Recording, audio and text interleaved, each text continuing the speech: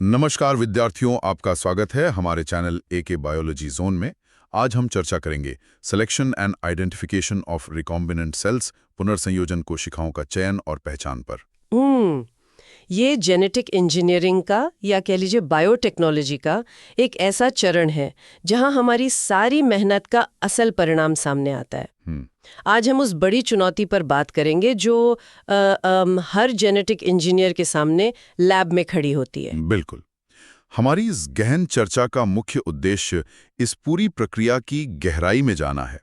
देखिए, genetic engineering या recombinant DNA technology के बारे में हम अक्सर सुनते हैं कि किसी एक जीव का डीएनए निकाला और दूसरे में डाल दिया। सुनने में तो ऐसा लगता है जैसे कंप्यूटर पे बस कट पेस्ट का काम हो। हाँ, बिल्कुल कट पेस्ट जैसा। लेकिन किसी कोशिका के अंदर नया या विदेशी डीएनए डाल देना ही हमारी मंजिल नहीं होती।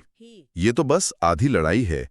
असली चुनौती ये है कि जब आप एक टेस्ट ट्यूब में मतलब लाखों करोड़ों कोशिकाओं के साथ काम कर रहे होते हैं, तो उन लाखों की भीड़ में से उस एक सही कोशिका को कैसे पहचाना जाए जिसने हमारा वो नया डीएनए सफलतापूर्वक अपना लिया है। ये प्रक्रिया सचमुच एक भूसे के ढेर में सुई खोजने जैसी है। ये एक बहुत ही सटीक तस्वीर है।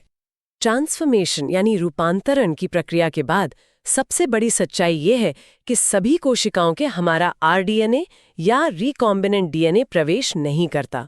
ये कोई मतलब 100% सफल होने वाली प्रक्रिया नहीं है। जब हम अपना लैब का प्रयोग पूरा करते हैं तो हमारे पास मुख्य रूप से 3 प्रकार की आबादी या पॉपुलेशंस बचती हैं। पहली आबादी नॉन ट्रांसफॉर्म्ड सेल्स यानी नॉन ट्रांसफॉर्म्ड कोशिकाओं की होती है। ये वो ढीठ कोशिकाएं हैं जिनमें हमारा कोई भी वेक्टर प्रवेश ही नहीं कर पाया है। मतलब ये कोशिकाएं बिल्कुल वैसी ही हैं जैसी प्रयोग शुरू होने से पहले थी। इन्होंने कोई नया डीएनए नहीं लिया ना। बिल्कुल। फिर दूसरी आबादी उन कोशिकाओं की होती है जिनमें हमारा वेक्टर तो चला गया है, लेकिन उस वेक्टर के अंदर हमारा वो खास जीन या इंसर्ट मौजूद नहीं है जो हम डालना चाहते थे। ये ऐसा है जैसे लिफाफा तो पहुंच गया, लेकिन उसके अंदर की चिट्ठी गायब है। एकदम सही।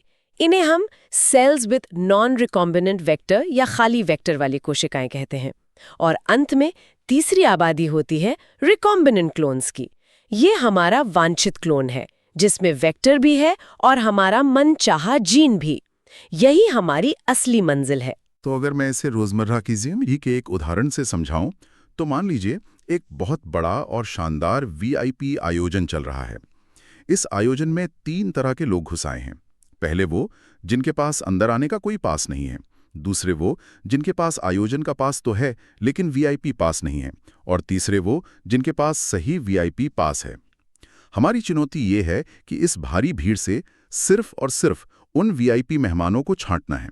और ये छांटना इसलिए जरूरी है क्योंकि अगर हम गलत कोशिका को चुन लेंगे तो आगे की सारी प्रक्रिया बेकार हो जाएगी। ठीक है, आइए इसे विस्तार से समझते हैं।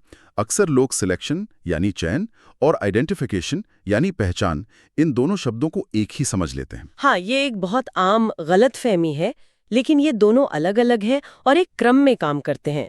सिलेक्शन का उद्देश्य एक सख्त बाउंसर की तरह काम करना है। ये उन सभी अवांछित कोशिकाओं को पूरी तरह से हटा देता है जिनकी हमें कोई जरूरत नहीं है। यह सर्वाइवल एडवांटेज यानी जीने के लाभ के सिद्धांत पर काम करता है। तो ये जीने का लाभ असल में काम कैसे करता है? इसे ऐसे देखें, सिलेक्शन एक तरह का करो या मरो वाला माहौल तैयार करता है। इसका सबसे क्लासिक उदाहरण एंटीबायोटिक रेजिस्टेंस है। हम जो प्लास्मिड वेक्टर इस्तेमाल करते हैं उनमें सेलेक्टेबल मार्कर जीन पहले से मौजूद होते हैं, जैसे कि एम्पार जीन जो एम्पिसिलिन नामक एंटीबायोटिक के खिलाफ प्रतिरोध देता है, या टीटीआर जीन जो टेट्रासाइक्लिन के खिलाफ काम करता है। बिल्कुल। ट्रांसफॉर्मेशन की प्रक्रिया पूरी होने के बाद हम अपनी उन करोड़ों कोशिकाओं को एक कल्चर प्लेट पर फैला देते हैं।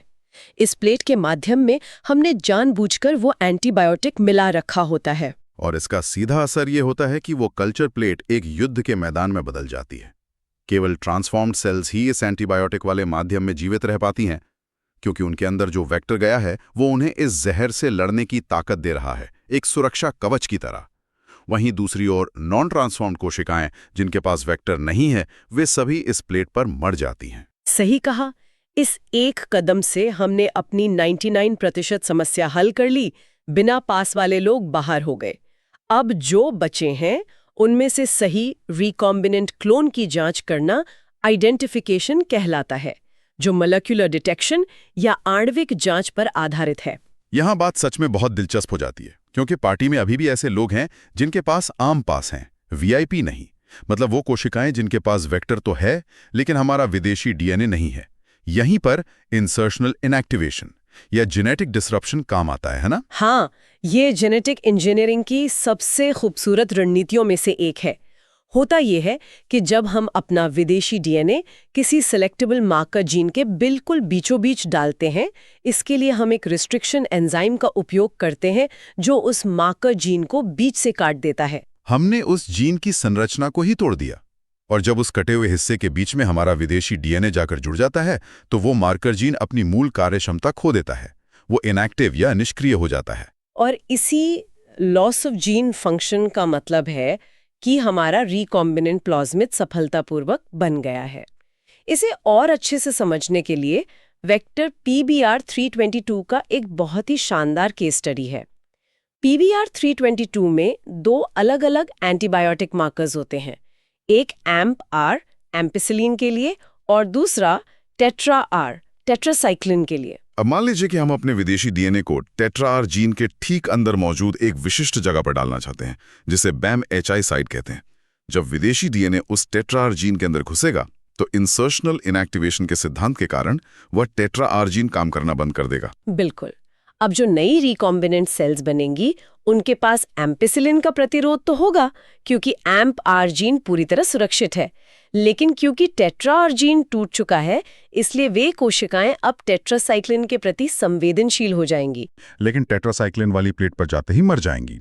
और इसे जांचने के लिए हम रेप्लिका प्लेटिंग तकनीक का इस्तेमाल करते हैं। ये तकनीक मुझे बहुत पसंद है। हम एक मास्टर प्लेट लेते हैं जिस पर हमारी कॉलोनियां उगी हैं। फिर हम एक वेलवेट पैड यानी मखमल का पैड लेते हैं। मखमल के बारीक रेशे एक तरह के जैविक स्टैंप की तरह काम करते हैं। हम उस पैड को मास्टर प्लेट पर धीरे से दबाते हैं, जिससे हर कॉलोनी से कुछ कोशिकाएं पैड पर चिपक जाती हैं।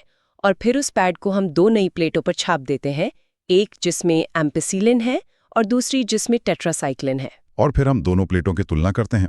अगर कोई कॉलोनी एम्पिसिलिन वाली प्लेट पर दिख रही है लेकिन टेट्रासाइक्लिन वाली प्लेट पर गायब है, तो वही हमारा शिकार है, वही हमारी रिकॉम्बिनेंट सेल है। यह तकनीक बेहद प्रभावी है, लेकिन इसमें एक बड़ी व्यवहारिक समस्या है। इसमें समय, मेहनत और बहुत सारी प्लेट्स लगती हैं। आपको बार बार प्लेट्स को मिलाना पड़ता है। इसीलिए विज्ञान ने एक और आसान और रंगीन तकनीक विकसित की, जिसका नाम है ब्लू व्हाइट स्क्रीनिंग। यह रंग बदलने वाली तकनीक देखने में किसी जादू जैसी लगती है। एक ही प्लेट पर आपको नीले और सफेद रंग की अलग-अलग कॉलोनियां दिखाई देती हैं। इसके पीछे का विज्ञान क्या है? इसके पीछे एक बहुत ही स्मार्ट ट्रिक है, जिसे अल्फा कॉम्प्लीमेंटेशन कहते हैं। इसमें एक LAC-Z नाम का जीन मुख्य भूमिका निभाता है। इसे ऐसे समझें कि हमारे वेक्टर में LAC-Z जीन मौजूद है। इस पूरी प्रक्रिया को चालू करने के लिए हमें माध्यम में 2 खास चीजें डालनी होती हैं। पहला है IPTG, जो एक इंड्यूसर है। आप IPTG को एक इग्निशन की या चाबी की तरह मान सकते हैं, जो इस प्रक्रिया को शुरू करने का संकेत देता है। और दूसरा है एक्सगाल, जो एक क्रोमोजेनिक सबस्ट्रेट या रंग देने वाला पदार्थ है। आसान शब्दों में ये एक तरह का पेंट बलून है जो टूटने पर गहरा नीला रंग छोड़ता है। अब देखिए मैकेनिज्म कैसे काम करता है। यदि हमने अपना विदेशी डीएनए इस LAC-Z जीन के ठीक बीच में डाल दिया है, तो वो जीन खंडित हो जाएगा। जीन टूट गया तो वो बीटा गैलेक्टोसाइडेज एंजाइम नहीं बना पाएगा। परिणाम? एंजाइम नहीं तो एक्सगाल टूटेगा नहीं, कोई रंग नहीं बनेगा। नतीजा, हमें प्लेट पर सफेद कॉलोनी या व्हाइट कॉलोनी दिखाई देगी, जो कि हमारा सही क्लोन है। इसके विपरीत यदि हमारा इंसर्ट वेक्टर में नहीं गया है, तो LAC-Z जीन पूरी तरह से सुरक्षित रहेगा। वो एंजाइम बनाएगा जो एक्सगाल को तोड़कर नीली कॉलोनी या ब्लू कॉलोनी बनाएगा, जिसे हमें रिजेक्ट करना है। इसे याद रखने का बहुत ही आसान तरीका है। नीला मतलब रुको या गलत, सफेद मतलब आगे बढ़ो या सही। नीली कॉलोनी देखी तो उसे छोड़ दो, सफेद देखी तो उसे चुन लो। बिल्कुल। अब एंटीबायोटिक्स का तरीका तो ऐसा है जैसे हम कोशिकाओं को खतरे में डाल रहे हों। लेकिन एक और चयन विधि है मेटाबॉलिक मार्कर्स, जहां हम खतरे के बजाय पोषण को एक फिल्टर की तरह इस्तेमाल करते हैं। हाँ, इसमें हम ऑक्सोट्रोफिक म्यूटेंट्स का उपयोग करते हैं, मतलब वो कोशिकाएं जो अपना भोजन स्वयं नहीं बना सकती। सही कहा। इस विधि में केवल वे ही कोशिकाएं जीवित रहेंगी जिन्हें रिकॉम्बिनेंट प्लाज्मिड से आवश्यक जीन प्राप्त हुआ है, जो अपना भोजन खुद बना सके। तो इस सब का असल मतलब क्या है? हमने कॉलोनियों का चयन कर लिया, लेकिन क्या हम सीधे डीएनए को देख सकते हैं? यहीं पर कॉलोनी हाइब्रिडाइजेशन काम आता है, जहां एक रेडियोधर्मी या रेडियो लेबल डीएनए प्रोब का उपयोग किया जाता है। ये प्रोब एक तरह का आणविक चुंबक है जो सिर्फ टारगेट जीन के साथ जुड़ता है। ऑटोरेडियोग्राफी पर सकारात्मक संकेत का मतलब है कि हमें अपना रिकॉम्बिनेंट क्लोन मिल गया है। ये बहुत सटीक है, लेकिन आजकल लैब में पीसीआर स्क्रीनिंग का बहुत ज्यादा इस्तेमाल होता है। ये तेज भी है और अत्यधिक संवेदनशील भी है। हाँ, पीसीआर जीन विशिष्ट काइमर्स या जीन स्पेसिफिक प्राइमर्स का उपयोग करके विदेशी डीएनए को प्रवर्धित करता है, यानी एम्प्लीफाई करता है। अगर जेल पर अपेक्षित बैंड दिखाई देता है तो हम पक्के तौर पर कह सकते हैं कि इंसर्ट मौजूद है। लेकिन अंतिम पुष्टि के लिए हम क्या करते हैं? अंतिम पुष्टि के लिए रिस्ट्रिक्शन एंजाइम एनालिसिस के 3 चरण हैं। पहला, प्लाज्मिड डीएनए को अलग करना यानी आइसोलेशन। दूसरा, रेस्ट्रिक्शन एंजाइम से काटना या डाइजेशन। और तीसरा, अगरोज जेल पर टुकड़ों के आकार की जांच, जिसे इलेक्ट्रोफोरेसिस कहते हैं। और इसके बाद आता है डीएनए सीक्वेंसिंग, जिसे हम गोल्ड स्टैंडर्ड कहते हैं, सबसे सटीक और अंतिम पुष्टि। बिल्कुल, चाहे हम सैंगर सीक्वेंसिंग का उपयोग करें या नेक्स्ट जनरेशन सीक्वेंसिंग यानी एनजीएस का, यह तकनीक इंसर्ट की दिशा या ओरिएंटेशन, उत्परिवर्तन की अनुपस्थिति और सही रीडिंग फ्रेम की 100% पुष्टि करती है। एक और बहुत ही शानदार और दृश्यमान तकनीक है रिपोर्टर जीन एसेज, जो एक विजुअल संकेत उत्पन्न करती है, जैसे जीएफपी या ग्रीन फ्लोरेसेंट प्रोटीन, जो कोशिकाओं को एक खूबसूरत हरी चमक या फ्लोरेसेंस देता है। और ल्यूसिफरस एंजाइम भी है, जो जुगनू की तरह चमक या बायोलुमिनेसेंस देता है। इसके अलावा पौधों में गस ऐसे का उपयोग होता है, जो रंगमितीय या कलरीमेट्रिक संकेत देता है। अगर हम इसे बड़ी तस्वीर से जोड़कर देखें, तो ये पूरा वर्कफ्लो कैसा दिखता है? इस पूरी प्रक्रिया को हम एक फनल के रूप में देख सकते हैं। सबसे पहले एंटीबायोटिक सिलेक्शन से भारी भीड़ में से नॉन ट्रांसफॉर्म्ड कोशिकाओं को हटाया जाता है। फिर स्क्रीनिंग, जैसे ब्लू वाइट स्क्रीनिंग, से सही रिकॉम्बिनेंट क्लोन्स की पहचान की जाती है। और अंत में पीसीआर और सीक्वेंसिंग से अंतिम पुष्टि की जाती है। और अगर वे 100% सही हों, तो एक खास रंग में चमकने लगें, जिससे ये सारे मैनुअल स्टेप्स हमेशा के लिए खत्म हो जाएं। कृत्रिम बुद्धिमत्ता, एआई और सिंथेटिक बायोलॉजी मिलकर इस चयन प्रक्रिया को और कितना आसान बना सकते हैं, इस पर जरूर विचार करें। ये विज्ञान के भविष्य की एक बहुत ही रोमांचक दिशा है। अगर आपको ये लेक्चर पसंद आया हो तो वीडियो को लाइक करें, चैनल को सब्सक्राइब करें और अपने दोस्तों के साथ शेयर करें। धन्यवाद।